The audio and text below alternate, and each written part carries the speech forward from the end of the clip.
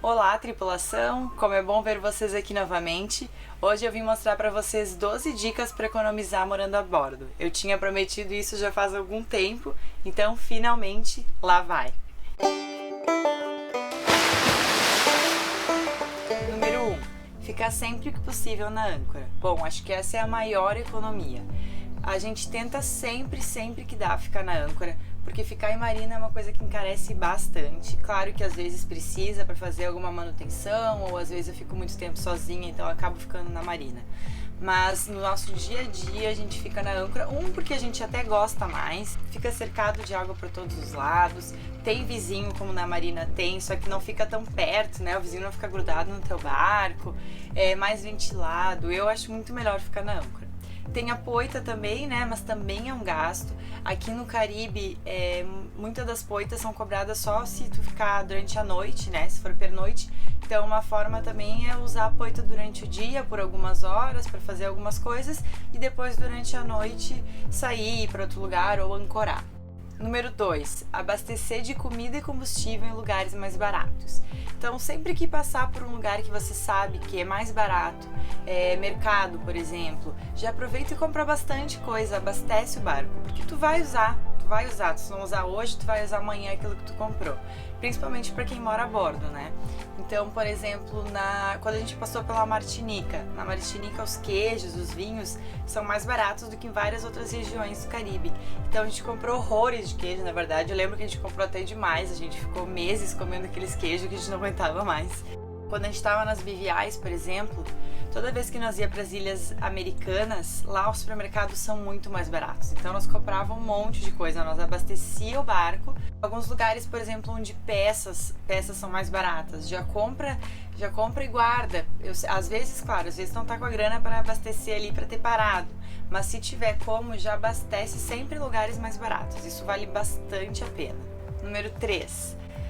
É bom sair, é bom tomar uns drinks no barzinho com os amigos, mas quando isso vira uma rotina todo dia, acaba meio que dando uma esfolada no orçamento.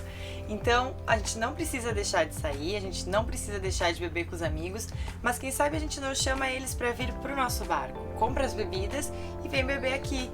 Claro que às vezes a gente quer ver mais gente, quer conhecer outras pessoas, então a gente sai com certeza, mas também muitas vezes a gente chama o pessoal para cá e fica curtindo no barco. Isso também é uma forma de economizar bastante, porque beber em bar e coisa assim é sempre muito mais caro do que comprar no mercado e vir pro barco.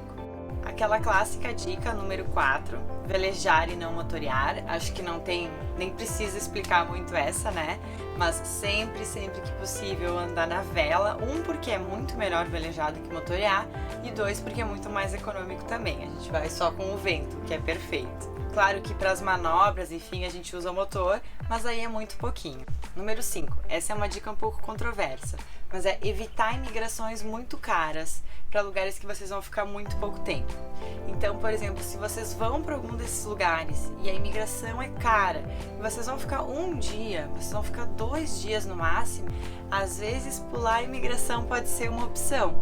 Porque vocês vão perder um monte de tempo fazendo isso e vocês vão ficar 1 ou 2 dias, né? E outra porque às vezes gastar um monte para ficar muito pouco. Ou é melhor nem ir para aquele lugar, ou então se ficar quietinho no barco, né? Ou enfim, sair, mas meio sem chamar muita atenção, de repente é uma opção. Mas não digam que eu falei isso. Número 6. Fazer todas as manutenções possíveis você mesmo. Deixar só aquelas coisas que realmente não consegue para contratar um profissional para pedir ajuda. Porque além de ser importante também aprender a resolver as coisas no barco sozinho, hoje em dia tem muita informação, tem livros, tem YouTube, então dá para pesquisar muita coisa como fazer. E aí também acho que é legal aprender e ir aprendendo e ir fazendo, mas claro que às vezes tem coisas que fogem do nosso alcance, então deixar para chamar e contratar pessoal só nesses casos. Aqueles trabalhos, por exemplo, que dá para planejar, que não precisa ser feito agora, então deixar para fazer em lugares que a gente sabe que são mais baratos. Por exemplo, a gente sabe que a mão de obra em Cuba é muito barata, na Colômbia pode ser uma boa opção. Então, se tá na rota, passar por algum lugar onde a mão de obra seja mais em conta, às vezes esperar um pouco para ir para aquele lugar, ou botar aquele lugar na rota justamente para ir fazer alguns trabalhos. Número 7. Pesquisar preços. Assim como no Brasil, nos outros lugares também tem muita diferença de preço de um supermercado para outro, de uma loja náutica para outra. Então vale a pena dar uma olhada, pesquisar, não ir de primeira, né? Claro que você vai chegar, não conhece nada, vai lá, vai no supermercado. Mas faz umas compras e da próxima vez vai no outro, dá uma olhada, porque aí tu vai descobrindo que tem aquele que é mais barato, tem aquele que tem coisas mais legais, mas é um pouco mais caro. Então, assim como no Brasil também é assim, aqui também tem muito disso. Número 8. Pedir carona ou caminhar ao invés de pegar táxi. Bom, quando a gente chega num lugar, muitas vezes a gente quer descer, a gente quer explorar, quer conhecer. Algumas ilhas são um pouco maiores, né? Então a maioria delas, na verdade, não dá pra fazer tudo a pé. Mas assim, caminhar é ótimo, porque pra mim a melhor forma de conhecer um lugar é caminhando, porque tu vai devagarzinho, tu vai olhando, tu vai conversando com as pessoas. Então pra mim é a melhor forma. Eu não me importo de caminhar muitos quilômetros, eu caminho bastante quando eu tô num lugar visitando e querendo conhecer. Então não tenha preguiça, caminhe. Uma outra coisa também que eu era muito receosa, mas agora eu aprendi um pouco, é pegar carona.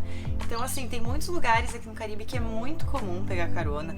A galera tá super acostumada, porque não tem muito transporte público, então os transportes públicos são demorados às vezes, então o pessoal realmente pega carona. E aí a gente vê que as pessoas se ajudam. Claro que eu não vou pedir carona de noite numa estrada deserta, não é bem assim. Mas enfim, né, quando a gente vê que isso é normal naquele lugar, eu acho que não tem tanto problema assim. Porque ficar pegando táxi é caro, nas BVIs, aqui em Curaçao, por exemplo, os táxis são bem caros, não vai gastar no mínimo para ir pertinho, $15 mais ou menos. Então ficar fazendo isso várias vezes ao dia, 15 para ir, 15 para voltar, soma aí, já dá bastante, né?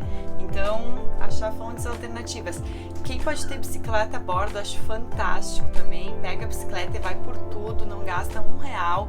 Então acho que ter uma bicicleta a bordo também entra nesse quesito aí e acho uma muito boa ideia. Número 9, um coletor de água da chuva.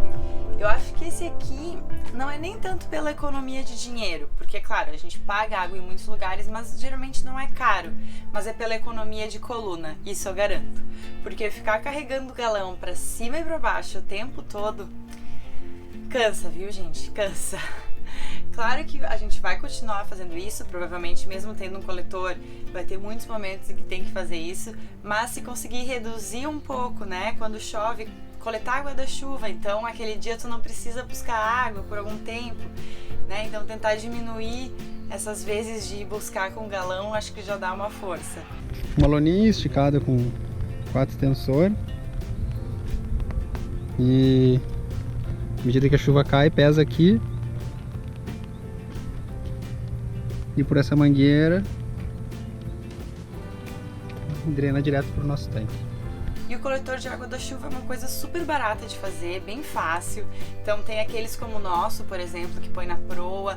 Tem algumas pessoas que fazem canaletas no bimini, que eu achei muito legal também. E aí já cai na mangueira e entra nos galões. Também é uma ótima ideia. Então acho que vale a pena, principalmente para a coluna. Número 10. Fontes alternativas de energia. Bom, acho que isso é fundamental para quem mora a bordo. Por quê? Placa solar, eólico, meu Deus, é fantástico tu poder viver gerando a tua energia, né? É uma energia limpa. A placa solar tu nem percebe que ela tá ali, ela não faz barulho nenhum. Se ela tiver uma boa eficiência, tu consegue alimentar o barco inteiro com a placa solar. Então eu acho que é fantástico isso. É uma coisa que me impressiona muito da vida a bordo. Não precisa gastar com combustível para gerador, para ficar ligando o motor todo dia. Ficar ligando o motor todo dia para carregar as baterias é muito chato, vou dizer para vocês.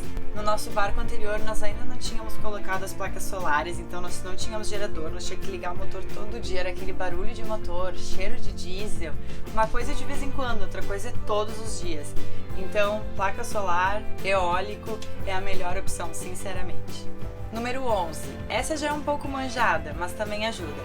Não comprar produtos só em lojas náuticas, por exemplo. Eu acho as lojas náuticas fantásticas.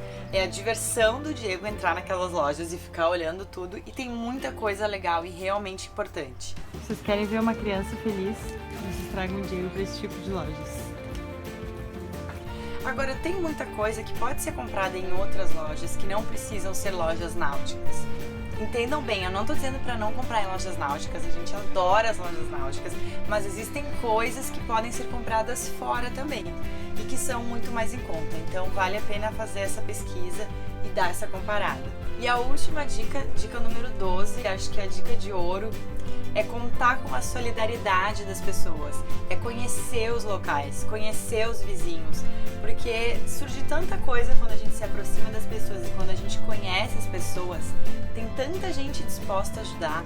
E quem mora naquele local é a melhor pessoa para te dar dicas de onde que é mais barato, onde que é melhor fazer isso, fazer aquilo.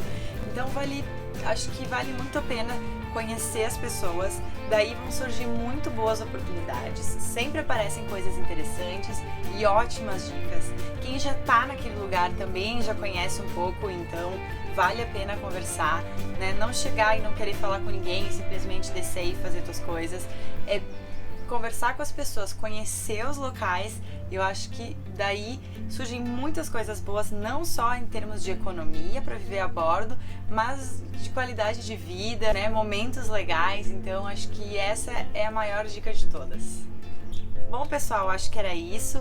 Espero que seja útil tanto para quem mora a bordo como para quem está pensando em morar a bordo, que ainda está se preparando, que ainda está fazendo o planejamento. É legal já ir conhecendo essas dicas. Então, espero ter ajudado vocês. Se vocês gostaram, por favor, se inscrevam no nosso canal, compartilhem esse vídeo, deem um like aqui pra gente. Quem ainda não conhece a nossa campanha no Apoia-se, dá uma olhadinha lá, o link tá aqui na descrição do vídeo. Se puder ajudar com as nossas produções, nós seremos imensamente gratos para continuar trazendo para vocês conteúdos que sejam úteis e que ajudem vocês também nesse sonho de morar a bordo, ou enfim, para quem curte assistir, para quem curte ver como é que é essa vida.